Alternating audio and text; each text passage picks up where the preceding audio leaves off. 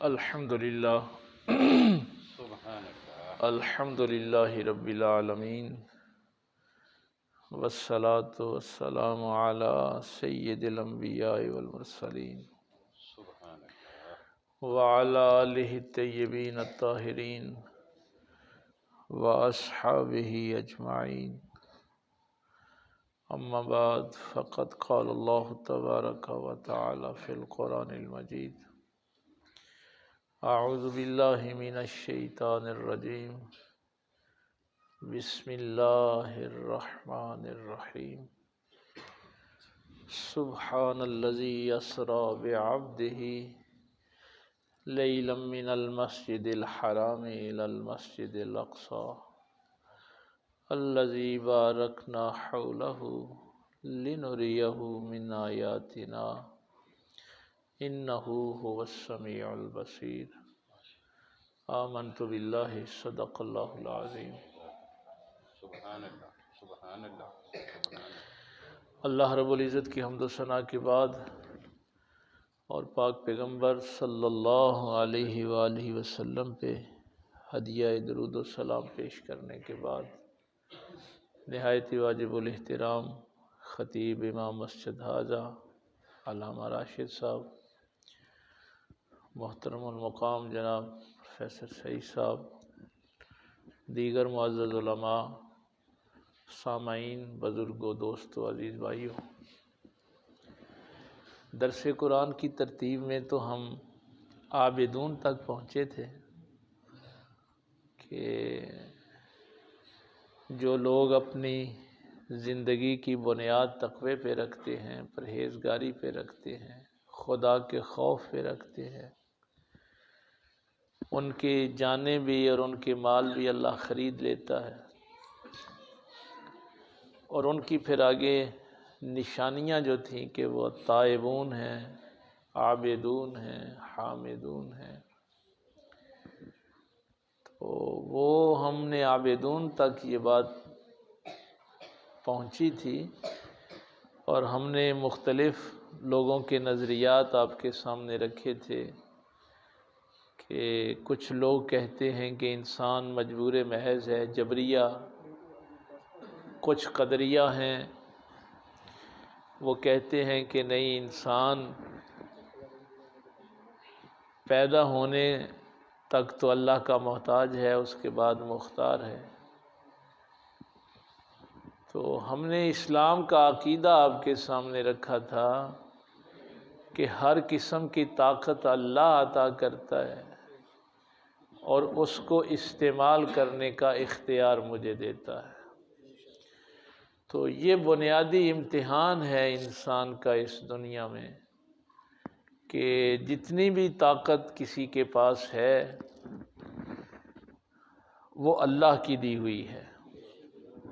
اگر یہاں تک انسان کا عقیدہ ٹھیک ہو جائے تو تکبر ویسے ہی ختم ہو جاتا ہے۔ اور اس میں بھی ہم نے ایک بات عرض کی تھی کہ یہ اختیار بھی تشریعی معاملات میں ہے، تکوینی میں نہیں۔ ہاں، ایک بڑھیا بات اس دور میں، چونکہ یہ جبریہ اور قدریہ فرقے تابعین کے بلکہ صحابہ کے دور میں ہی شروع ہو گئے تھے، تو ایک جبریہ فرقے کے بندے نے کہا کہ انسان تو مجبور محض ہے۔ ہائے ہائے ہائے، بہت خوبصورت جواب اس وقت کے ایک تابعی نے دیا تھا۔ اس نے کہا کہ مکے کی سرزمین پہ ابو جہل کا وجود اس بات کی دلیل ہے کہ اللہ نے انسان کو اختیار دیا ہے۔ اگر اللہ نے اختیار نہ دیا ہوتا تو ابو جہل کیسے چل پھر سکتا تھا، اپنی طاقت کو غلط کیسے استعمال کر سکتا تھا؟ تو ایک کافر کا وجود اس دور میں بھی، مومن کے متعلق تو یہ بات ہے کہ وہ جان بوجھ کے اللہ کی نافرمانی نہیں کرتا۔ ایمان والے کی یہ نشانی ہوتی ہے۔ بہت تھوڑے لوگ ہوتے ہیں جو جان بوجھ کے بھی کبھی ایسی حرکت کرتے ہیں۔ تو طاقت اللہ نے دی ہے، دولت کی طاقت ہو، منصب کی طاقت ہو۔ تو یہ تو پچھلے درس کی تھوڑی سی رویت تھی جو ہم نے کرنا تھی۔ معراج کے معجزے میں بھی یہی ایک فلسفہ ہے۔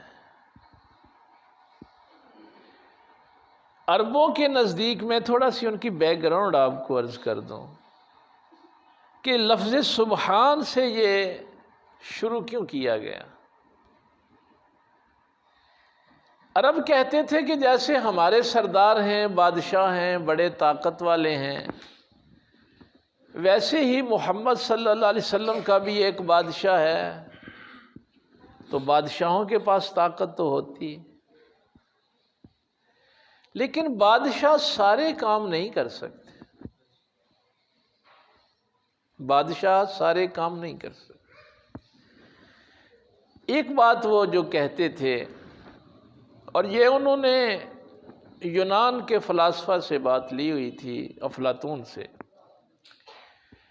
کہ ساری دنیا کی طاقت اکٹھی کر لیں تو گزرا ہوا وقت کا 1 سیکنڈ بھی واپس نہیں لایا جا سکتا۔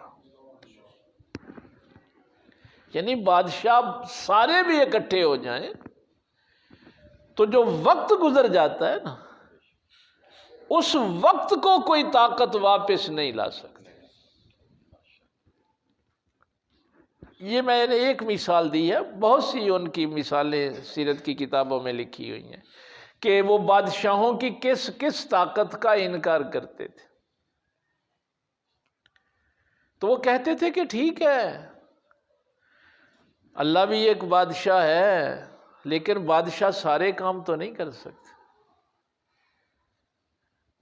تو یہ لفظ سبحان نے اصل میں ان کی اس بات کا جواب دیا تھا کہ جو بادشاہوں کا تصور تمہارے دماغ میں ہے، محمد کا بادشاہ وہ بادشاہ نہیں ہے،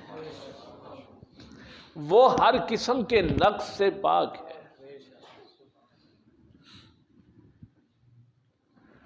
اور ایک اس نظریے میں ایک اور بھی جملہ تھا، وہ کہتے تھے کہ وقت کو واپس خالق لا سکتا ہے، مخلوق نہیں لا سکتا۔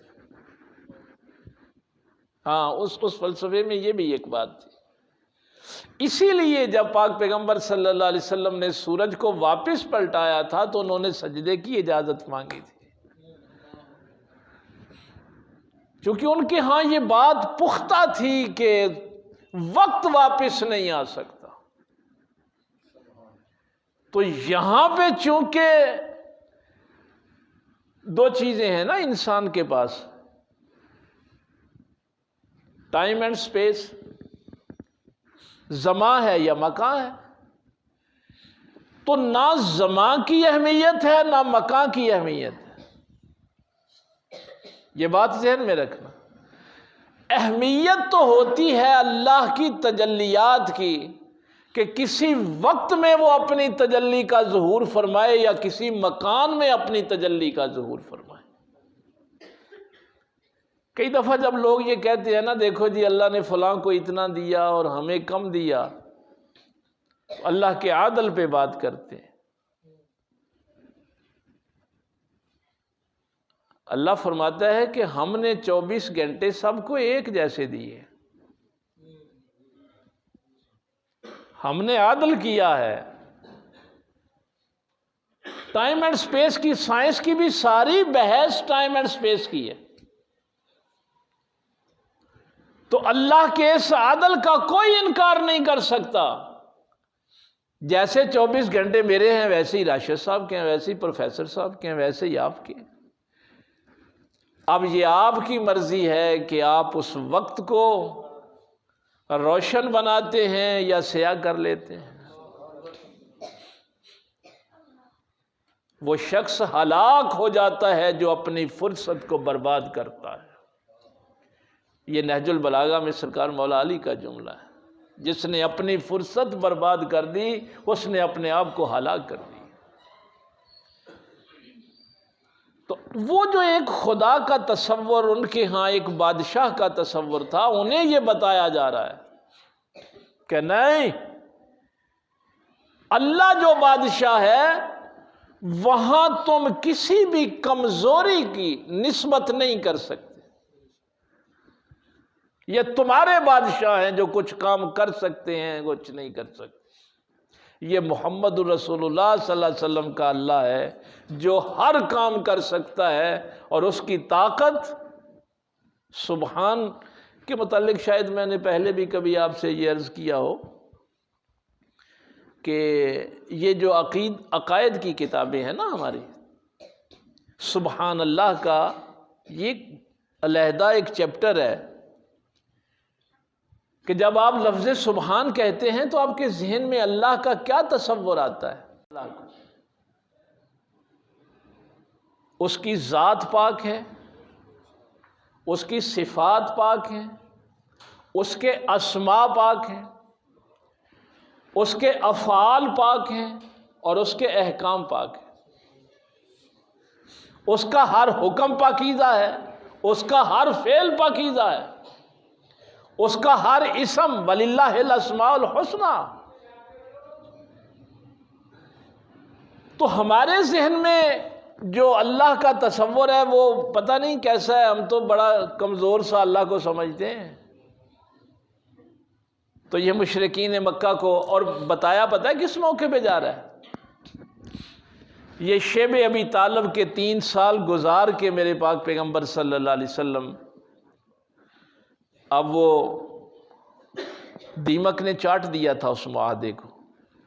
سرکار ابو طالب گئے اور سرداران قریش سے کہا کہ وہ جو تم نے معاہدہ قطع تعلقی کا لکھا ہوا تھا اس کو تو دیمک چاٹ گیا، صرف لفظ اللہ باقی رہ گیا۔ تو انہوں نے کہا کہ ابو طالب یہ کیسے ہو سکتا ہے؟ انہوں نے فرمایا کہ ایسا ہی ہوا ہے، تم حرم اپنا خانہ کعبے سے بیت اللہ سے وہ صندوق نکال کے دیکھ لو۔ بڑی بات، یہاں بھی سردار عبد المطلب نے جو بات فرمائی، فرمایا یہ بات میرے بھتیجے نے مجھے بتائی ہے اور یہ حق ہے۔ سبحان اللہ، ہاں یہ حق بات ہے۔ تو جب وہ دیکھا گیا تو واقعی، اور اس کے فوراً بعد پھر آپ کو پتہ ہے کہ یہ دونوں جو محسن تھے، جناب ابو طالب کا بھی سال ہوا اور سیدہ خدیجہ الکبریٰ کا، اور اس سال کو عام الحزن کہا گیا۔ اب یہ جو بات بار بار وہ کر رہے تھے کہ اب تو محمد صلی اللہ علیہ وسلم کو بچانے والا کوئی نہیں، کیونکہ بنو ہاشم کی سرداری اب ابو لہب کے پاس آ گئی تھی۔ حضرت ابو طالب کے وصال کے بعد بنو ہاشم کا سردار ابو لہب بن گیا۔ اور یہ جو ٹرم استعمال کی فَكَانَ قَابَ قَوْسَيْنِ أَوْ أَدْنَىٰ، یہ ٹرم ہے ہی عربوں کی تھی کہ جب دو سردار کوئی معاہدہ کرتے تھے تو اپنی کمانیں ملاتے تھے، اور کمانیں ملا کے یہ اظہار کیا جاتا تھا کہ آج کے بعد میرے اس بھائی کا دشمن میرا دشمن، جو اس کا دوست وہ میرا دوست۔ اور اس معراج پہ بلا کے اللہ نے اپنے محبوب کو فَكَانَ قَابَ قَوْسَيْن کی وہ ٹرم استعمال کی کہ تم میرے محبوب کو کمزور سمجھتے ہو، یہ کمانیں ملا لی گئی ہیں، اب محمد کا دشمن میرا دشمن، اس کا دوست میرا دوست۔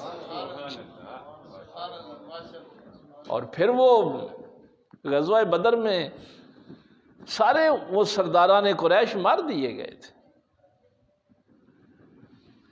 تو ایک تو یہ ذہن میں تصور رہے۔ دوسری جو بات امام قرطبی نے لکھی، آپ اکثر علماء سے سنتے ہیں، میں نے اس کے ایک خاص زاویے پہ بات کرنی۔ عربوں میں اب بھی میں تو جتنی دفعہ بھی سفر پہ گیا ہوں وہ اس کو لیلۃ الاسریٰ کہتے ہیں، ہم تو شب معراج کہتے ہیں نا، آپ اشتہاروں پہ لکھتے ہیں۔ یہ لیلۃ الاسریٰ جو ہے اس کی ضرورت کیوں تھی؟ امام قرطبی فرماتے ہیں اس کی ضرورت اس لیے تھی کہ اگر نبی پاک صلی اللہ علیہ وسلم کی معراج کا ذکر صرف آسمانوں سے ہوتا، اگر یہ اس کا تذکرہ جو ہے یہ آسمانوں سے شروع ہوتا تو کسی نے اس کی عظمت کو نہیں ماننا تھا، انہوں نے کہنا تھا آسمانوں کی سیر تو خواب کی بات ہوتی ہے۔ اب جب ان کو یہ بتایا گیا نا کہ مختصر سے وقت میں مسجد حرام سے مسجد اقصی تک کا سفر کیا گیا ہے، یہاں اختلاف ہے۔ پروفیسر صاحب کو پتہ ہے، بڑے بڑے لوگ یہاں باتیں کرتے ہیں، وہ کہتے ہیں جی وہ جو کلام کیا تھا وہ جبریل سے کیا، اور جو دیکھا بھی تھا وہ جبریل کو دیکھا تھا۔ یہ بھی بھائی باتیں ہوتی ہیں، اس دور میں بھی ہوتی تھی، اس دور میں بھی ہوتی۔ تو بیداری کی حالت میں اللہ سے کلام کرنے پر بھی اعتراض کیا جاتا ہے۔ معجزہ قرآن کریم نے یہ تو موسیٰ علیہ السلام کا بیان کیا، کلم اللہ موسیٰ تکلیما۔ بھائی بیداری کی حالت میں اللہ سے ہم کلام ہونا یہ تو قرآن نے موسیٰ کے لیے بھی ثابت کیا ہے، تمہیں کیا پریشانی ہے کہ بیداری کی حالت میں اللہ سے کیسے گفتگو ہوگی؟ جبریل کو دیکھنا، فرشتوں کو دیکھنا، قرآن کیا کہہ رہا ہے؟ وَكَذَلِكَ نُرِي إِبْرَاهِيمَ مَلَكُوتَ السَّمَاوَاتِ۔ اور بھائی فرشتوں کو تو بیداری کی حالت میں ابراہیم نے بھی دیکھا ہے، بس کمال یہی تھا، عظمت یہی تھی۔ وہ موضوع ایک علیحدہ ہے، بس ایک جملہ میں عرض کرتا جاؤں، چونکہ اللہ تعالیٰ کا حکم ہے وَتُعَزِّرُوهُ وَتُوَقِّرُوهُ، عزت بھی کرو اور توقیر بھی کرو۔ یہ شاید کسی موقع پہ میں نے آپ سے عرض کیا تھا کہ قرآن کریم میں اگر کوئی لفظ تکرار میں بھی آ جائے تو اس کا معنی وہ نہیں ہوتا، تکرار میں بھی معنی اور ہوتا ہے۔ یہ گہرائی ہے قرآن کریم کی۔ مثلاً آپ سورہ رحمان کی تلاوت کرتے ہیں اور بار بار کیا آتا ہے؟ فَبِأَيِّ آلَاءِ رَبِّكُمَا تُكَذِّبَانِ۔ تو ترجمان تو لکھنے والے ہر بار یہی لکھیں گے کہ اللہ تعالیٰ کی کس کس نعمت کو جھٹلاؤ گے۔ نعمت اعلیٰ کا معنی کرتے ہیں نا، فَبِأَيِّ آلَاء، اعلیٰ کا معنی نعمت کر لیا۔ نہیں، جتنی دفعہ بھی اس کا تکرار ہوا ہے ہر آیت کے ساتھ اس کا معنی جدا ہے۔ یہ تو ہماری اردو کی مجبوری ہے نا، اور اس کی میں صرف ساری آیات پہ بھی الحمدللہ گفتگو کر سے ایک صرف بات، ہذہ جہنم التی یکذب بہا المجرمون، سورہ رحمان ہی ہے نا۔ اللہ فرمایا ان مجرموں سے کہو یہ ہے وہ جہنم۔ کہتے تھے نا کہاں ہے اللہ کے وعدے، کہاں ہیں؟ یہ مجرم جو جھٹلاتے تھے ان سے کہو ہذہ جہنم التی یکذب بہا یطوفون بینہا وبین حمیم آن۔ اب اس میں نعمت کون سی ہے؟ آگے تو پھر ہے فَبِأَيِّ آلَاءِ رَبِّكُمَا تُكَذِّبَانِ، کُلُّ مَنْ عَلَيْہَا فَانٍ، نہیں، ہر جگہ اس کا معنی نعمت نہیں ہے۔ ہذہ جہنم التی یکذب بہا المجرمون، یہاں اعلیٰ کا معنی طاقت ہے کہ تم اللہ کی کس کس طاقت کا انکار کرو گے۔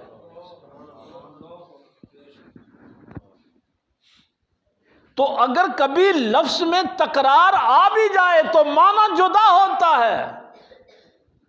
والذین آمنوا بہ وعزروہ ونصروہ، اللہ بار بار قرآن میں یہی ایک مطالبہ کر رہا ہے نا کہ میرے پیغمبر کی عزت بھی کرو، توقیر بھی کرو۔ عزروہ ونصروہ، عزت بھی کرو اور مدد بھی کرو۔ یہ بات ذہن میں رکھنا، جب تک کسی کی عظمت آپ کے ذہن میں نہیں ہوگی آپ عزت کر ہی نہیں سکتے۔ پہلے عظمت کسی کی ہو تو پھر آپ عزت کر سکتے ہیں۔ اب یہ عظمت بیان کرنا تھی کہ کلام تو موسیٰ نے بھی کیا، فرشتے تو ابراہیم نے بھی دیکھے، لوط علیہ السلام نے بھی دیکھے، قرآن کی کتنی آیات آپ کے سامنے رکھوں، لیکن جسم کی بھی وہی پرواز ہو جو روح کی ہو، یہ صرف محمد الرسول اللہ کی ذات ہے۔ جسم ساتھ ساتھ گیا، اور اس میں شک اس لیے نہ کرنا کہ جو لے گیا ہے نا وہ بڑا طاقت والا ہے، وہ بڑا طاقت والا ہے، اس لیے اس میں شک کی گنجائش نہیں ہے۔ تو وہ جو میں مشہور بات آپ سے کہنے لگا تھا کہ آپ نے علماء سے اکثر سنی ہے کہ، اور کہتے ہوئے بھی ڈر لگتا ہے، لیکن چونکہ اب ہمارا علمی ماحول بن گیا ہے، جو لوگ نئے نئے مسلمان ہوئے تھے وہ مرتد ہو گئے تھے۔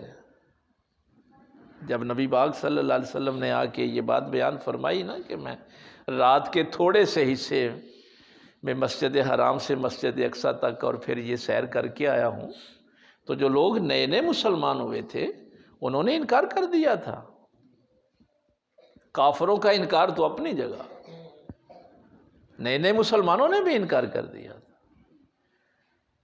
اچھا میں آپ کو چھوٹی سی مثال دیتا ہوں، آپ کو سمجھ آ جائے گی۔ آپ کو میرے ساتھ بڑی عقیدت، بڑا پیار، بڑی محبت، میں یہی بیٹھ کے ابھی آپ سے کہوں کہ میں نے صبح لاہور جانا تھا، نہایا، کپڑے بدلے، گاڑی میں بیٹھا اور 5 منٹ میں لاہور پہنچ گیا۔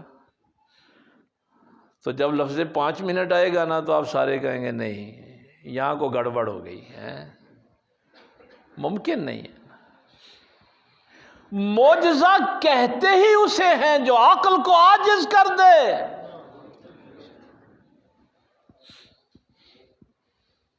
اگر عقل میں آ جائے تو وہ معجزہ نہیں ہوتا، وہ عظمت نہیں ہوتی۔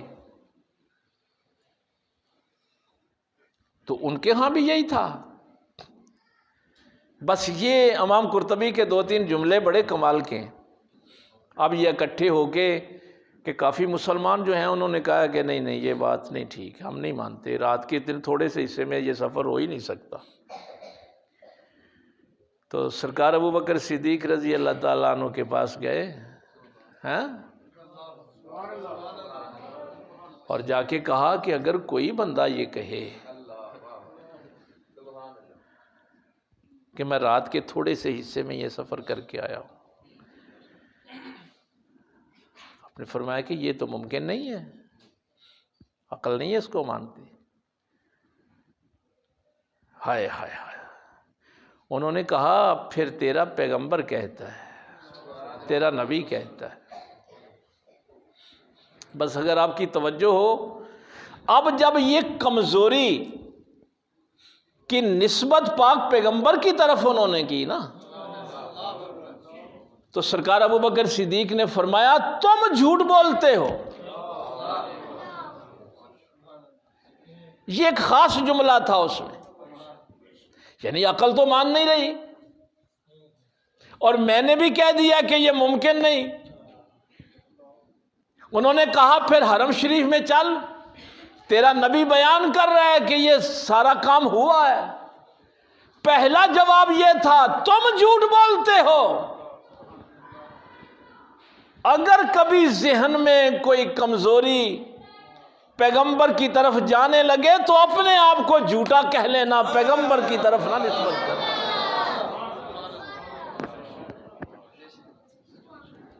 آج خطبہ جمعہ میں بھی میں نے شرافت صاحب ادھر تھے، یہی ایک جملہ کہا تھا کہ نبی جسمانی طور پہ بھی اور اخلاقی اور روحانی طور پہ بھی بے عیب ہوتا ہے۔ کوئی نبی اللہ نے ایسا نہیں بھیجا جس کو عیب والا بھیجا۔ یہ عقیدے کی بات ہے۔ انہوں نے کہا وہ جا کے دیکھ تو صحیح، وہ تو بیان فرما رہے ہیں۔ بھائی اگر روح کی اور سونے کی ہی بات تھی تو مشرکین مکہ کو اتنی پریشانی کیا تھی؟ ان کی یہ پریشانی بتا رہی ہے کہ معاملہ روح اور جسم کے ساتھ ساتھ کا تھا. یہ عظمت بیان کرنا تھی. اب جب انہوں نے کہا ہائے ہائے ہائے ہائے کہ تیرا پیغمبر تو حرم شریف میں بیٹھ کے، بیت اللہ میں بیٹھ کے یہ بات بیان کر رہے ہیں. فرمایا اگر میرے پیغمبر بیان کر رہے ہیں تو سچ کہہ رہے ہیں. کہہ رہا تھا، اب اپنے نبی کی بات آئی ہے تو اب یہ کہہ رہا ہے. امام قرطبی فرماتے ہیں سرکار ابو بکر صدیق رضی اللہ تعالیٰ عنہ نے فرمایا وہ یہ تو مسجد حرام سے مسجد اقصی تک کی بات ہے. وہ یہ تو مسجد اقصی تک کی بات ہے نا. میں نے تو اس سے بھی بڑی بات اپنے نبی سے سنی ہے اور یقین کر کے بیٹھا ہوں. تو میں چھوٹی سی بات پہ اعتراض کر رہے ہوں. انہوں نے کہا وہ کون سی بات ہے جو اس سے بڑی ہے اور صرف سنتے ہی تو نے مان لیا ہے؟ فرمایا وہ اللہ پر یقین ہے. میں اپنے پیغمبر کے کہنے پہ اللہ کو مانا ہے. اتنی بڑی بات پہ یقین کر کے بیٹھا ہوں تو مسجد اقصی کی بات کر رہے. تو کبھی بھی ذہن میں پاک پیغمبر صلی اللہ علیہ وسلم کی طرف عیب کا کوئی خیال نہیں جانا چاہیے. تو وہ پاک ہے ذات جس نے اتنا بڑا معجزہ میرے پاک پیغمبر صلی اللہ علیہ وسلم کو عطا کیا. یہ بڑی عجیب بات ہے کہ فضائل تو بڑے ہیں، صفات بھی بڑی ہیں، لیکن نہ یہ فرمایا کہ میں نے نبی کو معراج کروائی، نہ یہ کہا کہ رسول کو کروائی. نہیں، عبد کو کروائی.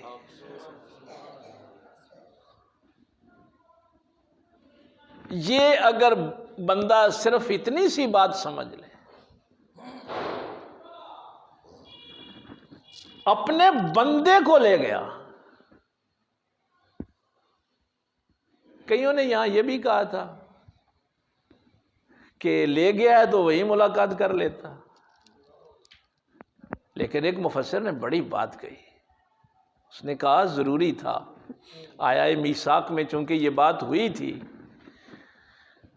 کہ جب میرا پیغمبر آ جائے تو اس کی مدد بھی کرنی ہے، اس پر ایمان بھی لانا ہے. ثم جاءکم رسول مصدق لما معکم. بھائی یہ نبی حرم میں بھی تو اکٹھے بیت اللہ شریف میں بھی تو ہو سکتے تھے، اور مسجد اقصی میں اکٹھے کروائے ہیں، ادھر مکے میں نہیں ہو سکتے تھے؟ مکے میں کیوں اکٹھے نہیں کیے؟ ہاں، اس کی جو وجہ مفسرین نے لکھی ہے وہ یہ ہے کہ چونکہ پہلے بنی اسرائیل کا اور یہ ساری امتوں کا اور مسلمانوں کا بھی پہلے قبلہ بیت المقدس تھا. اگر نبی اکٹھے ہوتے بیت اللہ شریف میں، مکے میں، تو قیامت تک یہ سوال باقی رہنا تھا کہ یہ صرف ایک قبلے کا امام ہے. مسجد اقصی میں اکٹھا کر کے امامت کروانے کا مقصد یہ تھا کہ اب جو رسول آیا ہے وہ دونوں قبلوں کا امام آیا ہے. اب ایک قبلے کا امام نہیں ہے. تو اس کو وہ بڑا ایک جملہ ایک تفسیر میں لکھا ہوا تھا کہ جب مسجد اقصی میں امامت کروائی تو وہ امامت اصل میں یہ تھی کہ باقی تمام انبیاء کرام نے اپنی ملکیت سے سرنڈر کر دیا.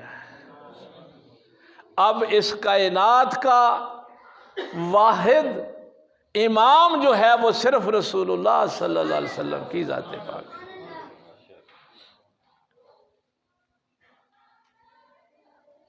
اور یہ جو جملہ پتہ نہیں مجھے، پروفیسر صاحب بیٹھے ہوئے ہیں تو میں یہ باتیں ایسی کر لیتا ہوں کہ وہ ساتھ ساتھ تھا نا، اللہ ساتھ ساتھ تھا، لے گیا نا، حالانکہ سب سے بڑا نمائندہ بھیجا ہے، یہ بھی پروٹوکول ہوتا ہے، جبریل سب سے بڑا نمائندہ ہے، سواری بھی اپنی طرف سے بھیجی ہے، لیکن نہ جبریل کا ذکر کیا نہ سواری کا ذکر کیا، فرمایا وہ خود ہی لے گیا، ساتھ ساتھ تھا۔ تو اس میں ہمارے مالیات کے جو بڑے لوگ ہیں وہ یہ کہتے ہیں کہ جب کسی کو ہبے کی ملکیت کا قبضہ دلوانا ہو تو اس وقت اصل مالک بھی ساتھ ہو، اور جن جن کو تقسیم کیا تھا وہ بھی سارے پاس ہوں، اور اللہ کہے کہ مالک تو میں ہوں، پہلے 1,24,000 کم و بیش پیغمبروں کو کہ تم سب سے کہا تھا نا میرا نبی آ جائے تو سرنڈر کر دینا، ایمان بھی لانا، مدد بھی کرنا، تو مالک کا ساتھ ہونا اس لیے ضروری تھا کہ مالک کے سامنے سب نے سرنڈر کیا کہ اب یہی امام ہے۔ یہ عظمت آپ کے ذہن میں ہوگی تو پیغمبر کے کسی حکم کی بھی آپ کو کوئی حیا ہوگی، اگر عظمت ہی ذہن میں نہیں ہوگی تو پیغمبر کی حیا کیا ہوگی؟ باقی اگر میرے یہاں کوئی بچے سائنس کے اسٹوڈنٹ بیٹھے ہیں تو ان کے لیے میں یہ ایک بات عرض کرنا چاہتا ہوں، یہ میں یو ای ٹی میں ایک دفعہ انجینئرنگ یونیورسٹی جو ہے وہاں مجھے پہلے اس بات کا نہیں پتہ تھا، اور میں اللہ کے گھر میں بیٹھا ہوں، یہ وہاں کے جو خلائی وہ سلسلے کے پروفیسر تھے، یہ بات انہوں نے بتائی، مجھے نہیں پتا یہ صحیح ہے یا غلط ہے، لیکن یہ انہوں نے بتائی۔ انہوں نے کہا کہ اس وقت یہ جو ہم خلا میں راکٹ بھیجتے ہیں یا یہ خلا نورد جاتے ہیں تو 2 بڑے اسٹیشن ہیں، ایک امریکہ کے پاس ہے، ایک ادھر قازقستان میں ہے۔ ہائے ہائے ہائے، تو یہ بات انہوں نے بتائی اور مجھے تعجب ہوا اس بات کا۔ انہوں نے کہا کہیں سے بھی آپ اس راکٹ کو، خلائی مشین کو چھوڑیں، وہ پہلے مسجد اقصی کے اوپر جاتا ہے۔ یہ جو آپ کہہ رہے تھے نا کہ آسمانوں کے راستے، تو انہوں نے یہ بات بتائی کہ معراج میں سب سے بڑا فلسفہ یہ ہے کہ یہ نبی صرف زمینی راستوں سے نہیں، آسمان کے راستوں سے بھی واقف ہے۔ اگر تم نے آسمان کے راستوں کو جاننا ہے تو پھر بھی اسی پیغمبر کے در پہ آنا پڑے گا۔ تو مسجد اقصی سے اوپر کی جو پرواز ہے نا، اس کی ایک وجہ اب سائنس نے یہ بتائی ہے کہ مکے کے اوپر تو اوپر جانے کو رستہ ہی نہیں ہے، وہ رستہ بھی اصل میں مسجد اقصی کے اوپر ہے۔ سیرت کی کتابوں میں سیرت ابن ہشام ہماری معتبر سیرت کی کتاب ہے، 10 انبیاء کے خطبے وہاں ملتے ہیں کہ جب نماز ہو گئی سب نے امام مان لیا۔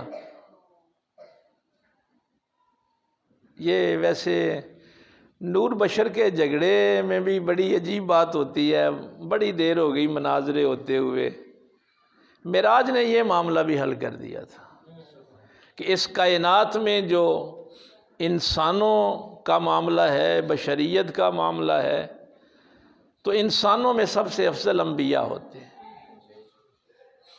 انسانوں میں انبیاء سے افضل کوئی نہیں ہوتا۔ تو جب سارے نبیوں نے امام مان لیا تو یہ اعلان کر دیا گیا کہ اس زمین پہ محمد جیسا کوئی نہیں ہے۔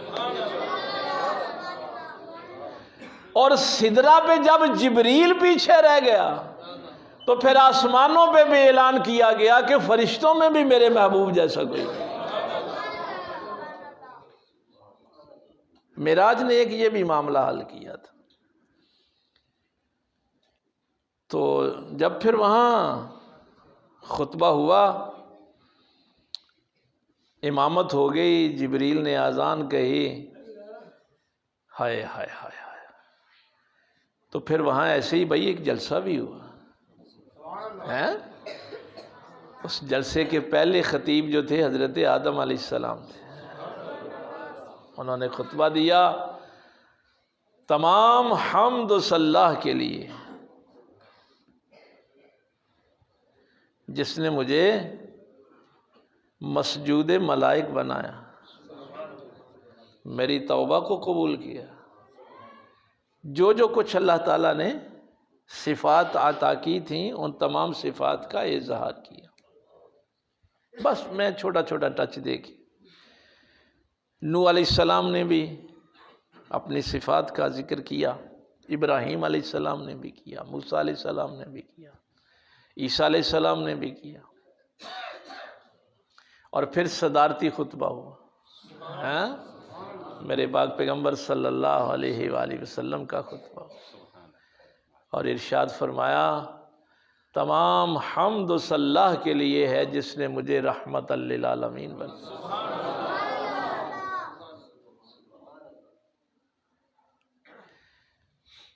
اس حوالے سے میں ایک بات علماء سے خصوصی طور پہ عرض کیا کرتا ہوں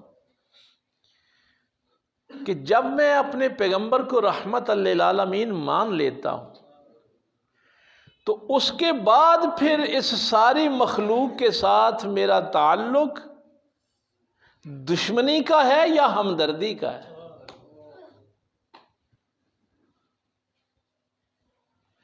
یعنی نبی پاک صلی اللہ علیہ وسلم تو ہر کسی کے لیے رحمت ہیں، اور میری لوگوں کے ساتھ دشمنی ہو، اس کا مطلب ہے میں نے نبی پاک پیغمبر کو رحمت للعالمین نہیں سمجھا.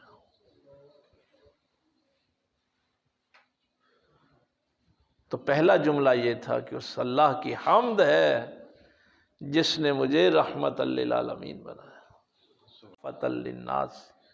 پہلے آدم علیہ السلام کے بعد شیش علیہ السلام آئے، نوح علیہ السلام آئے، سلسلہ چلتا رہا. کیوں؟ اس کا مطلب ہے کہ ایک نبی کے جانے کے بعد دوسرے نبی کی ضرورت تھی، اس لیے نبی آتے رہے نا. ایک نبی کے جانے کے بعد دوسرے نبی کی ضرورت تھی. کہ اچھا ضرورت والا کیوں تھی؟ یہ بھی میں ایسے ہی نہ کنفیوز رہے آپ. ضرورت کیوں تھی؟ اس لیے کہ جو اصل پیغام تھا نا توحید کا، وہ توحید کا پیغام مکمل طور پہ لوگوں کی سمجھ میں نہیں آیا تھا. مثلا عیسیٰ علیہ السلام جو ہی اس دنیا سے رخصت ہوئے تو عیسائیوں نے عیسیٰ کو اللہ کا بیٹا کہہ دیا. شرک شروع ہو گیا نا. جو ہی اللہ کا پیغمبر آسمانوں پہ اٹھایا گیا تو امت نے بعد میں شرک شروع کر دیا. موسیٰ علیہ السلام کی قوم نے تو موسیٰ کی موجودگی میں بچڑے کو سجدے شروع کر دیے. توحید کا پیغام جو ہے وہ لوگوں کے ذہنوں میں راسخ نہیں تھا، یہ بنیادی پیغام تھا. اب رحمت للعالمین آ گئے تو اعلان فرما دیا کہ اب مجھے اپنی امت سے شرک کا ڈر نہیں ہے. اب شرک کا خوف نہیں ہے. اتنی عظمتیں دیکھنے کے باوجود بھی ہم کبھی نبی کو اللہ کا بیٹا نہیں کہتے، بلکہ ہر سال بڑے بڑے جلوس نکال کے کہتے ہیں اللہ پیدا کرنے والا ہے، ہمارا نبی پیدا ہونے والا ہے. میلاد کے جلسے اسی لیے کرتے ہیں نا کہ ہم 1500 سال بھی گزر گئے ہیں تو ہم نے شرک نہیں کیا، ہم اس طرف نہیں جائیں گے. تو فرمایا کہ پہلے تو ضرورت رہتی تھی، یہاں صرف مومنوں کا ذکر نہیں کیا تھا، یہاں فرمایا تھا کہ اب پورے جہان میں جتنے بھی انسان ہیں تمام انسانوں کے لیے میں ہی کافی ہوں،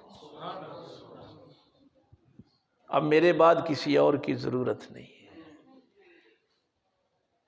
اور اگر نہیں نا یقین آتا، کبھی آپ گوگل پہ سرچ کریں اور دیکھیں، اور وہ ایمان افروز ہے اب بھی وہ سین جو ہے. روایتیں اس کی دو ہیں. ایک یہ ہے کہ پاک پیغمبر صلی اللہ علیہ وسلم اس پتھر کے اوپر خطبہ ارشاد فرمایا، اور دوسری روایت یہ ہے کہ براق اس کے قریب لا کے کھڑا کیا گیا اور حضور اس کے براق کے اوپر سوار ہوئے اس پتھر پہ۔ ہائے ہائے ہائے، جو ہی پرواز شروع ہوئی تو پتھر نے بھی اوپر اٹھنا شروع کر دیا۔ موجود ہے، آج بھی موجود ہے، آپ سوشل میڈیا پہ دیکھ سکتے ہیں، اٹھا ہوا ہے، وہ زمین کے اوپر اٹھا، معلق ہے، اس کے نیچے کوئی سپورٹ نہیں ہے۔ بس میرے پاک پیغمبر صلی اللہ علیہ وسلم نے فرمایا رک جا، رک جا، ہوا میں ہی رک گیا، اس لیے کہ واپس جانے کا حکم نہیں ہے، یہ نہیں فرمایا واپس چلا جا، اتنی اطاعت کرنی ہے اپنے پیغمبر کی، ہم نے تو پتھروں جتنی بھی اطاعت نہیں کی،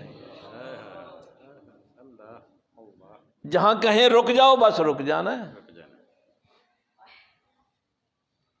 تو جہاں آپ کی اپنی مرضی آ جائے، آپ نے پیغمبر کی عظمت کو کیا مانا؟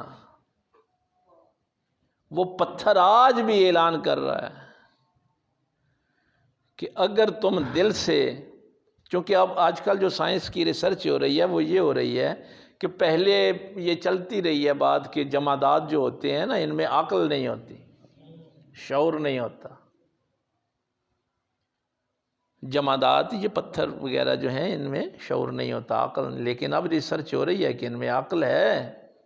کیوں؟ قرآن کہہ رہے ثم قست قلوبکم من بعد ذلک فہی کالحجارہ او اشد قسوہ وَإِنَّ مِنَ الْحِجَارَةِ لَمَا يَتَفَجَّرُ مِنْهُ الْأَنْهَارُ وَإِنَّ مِنْهَا لَمَا يَشَّقَّقُ فَيَخْرُجُ مِنْهُ الْمَاءُ وَإِنَّ مِنْهَا لَمَا يَهْبِطُ مِنْ خَشْيَةِ اللَّهِ۔ اللہ فرماتا ہے تمہارے دل پتھروں سے بھی سخت ہو گئے، اللہ کا خوف آتا ہے تو نہریں جاری ہو جاتی ہیں، پانی نکل آتا ہے، کچھ نہ ہو تو خوف خدا سے گر پڑتے ہیں زمین پہ۔ اے انسانوں، تمہارے دل پتھروں سے بھی زیادہ سخت ہو گئے، تمہارا جی نہیں چاہتا کہ تمہارا سر بھی اللہ کی بارگاہ میں جھکے؟ نہیں جی چاہتا تمہارا؟ ہائے ہائے ہائے۔ تو وہ پتھر آج بھی یہ اعلان کر رہے ہیں کہ نسبت سچی ہو، سہارے تلاش کرتے پھر رہے ہو نا، وہاں سے کوئی $1 ارب مل جائے، وہاں سے کوئی $2 ارب مل جائے ہیں، وہ پتھر آج بھی اعلان کر رہا ہے کہ نسبت سچی ہو تو پھر کسی سہارے کی ضرورت نہیں ہے، محمد الرسول اللہ صلی اللہ علیہ وسلم کا سہارا کافی ہے۔ اصل میں ہم نے دل سے اس سہارے کو مانا نہیں ہے۔ تو بات تھی لِنُرِيَهُ مِنْ آیَاتِنَا بارکنا حولہ، مسجد اقصیٰ کے ارد گرد اللہ نے برکتیں رکھی۔ کیا برکتیں ہیں؟ ارد گرد انبیاء کی قبریں ہیں۔ آپ کی مسجد میں تو برکتیں ہیں نا، لیکن ادھر تو باہر گندا پانی ہے نالی کا، لیکن اللہ مسجد اقصیٰ کی یہ خصوصیت بیان فرما رہا ہے کہ ہم نے اس کے ارد گرد برکتیں رکھی ہیں۔ وہاں کہیں ابراہیم علیہ السلام کی قبر ہے، کہیں اسحاق کی قبر ہے، یوسف علیہ السلام کی، تو انبیاء کی قبروں کو اللہ نے برکت والی کہا ہے۔ لِنُرِيَهُ مِنْ آیَاتِنَا، تاکہ ہم اپنی نشانیاں دکھائیں۔ تو نشانیاں زمینی بھی ہیں، آسمانی بھی ہیں، اور اللہ کی ذاتی بھی ہیں۔ یہ نشانیاں جو ان کا سورہ نجم میں بھی ذکر ہے، آیاتنا الکبریٰ کا ذکر ہے نا، وہاں بڑی نشانیوں کی بات ہے۔ تو وہ جو بڑی نشانیاں نا وہ ذاتی نشانیاں ہیں۔ تو اللہ تعالیٰ نے وہ ذاتی نشانیاں بھی، انہ هو السمیع البصیر، اب یہ ماشاءاللہ مجدی صاحب ہیں، پروفیسر صاحب ہیں، یہ بڑی عجیب بات ہے کہ ہو کی ضمیر اور پھر ہوا بھی ساتھ، ہو بھی اور ہوا بھی دونوں چیزیں۔ اس کو مفسرین نے یہ لکھا ہے کہ یہ جمع الجمع کیوں کیا گیا کہ اب وہاں جا کے یہ فرق جو تھا یہ کرنا مشکل ہو گیا، یہ فرق کرنا جمع الجمع ہوا نا، بس وہی سننے والا تھا، وہی دیکھنے والا تھا۔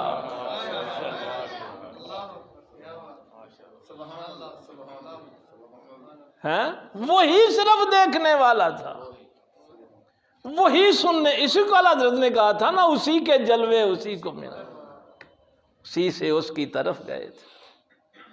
تیری معراج کہ تو لوح و قلم تک پہنچا، میری معراج کہ میں تیرے قدم تک پہنچا۔ اللہ عمل کی توفیق دے۔ آخر دعوانا الحمدللہ۔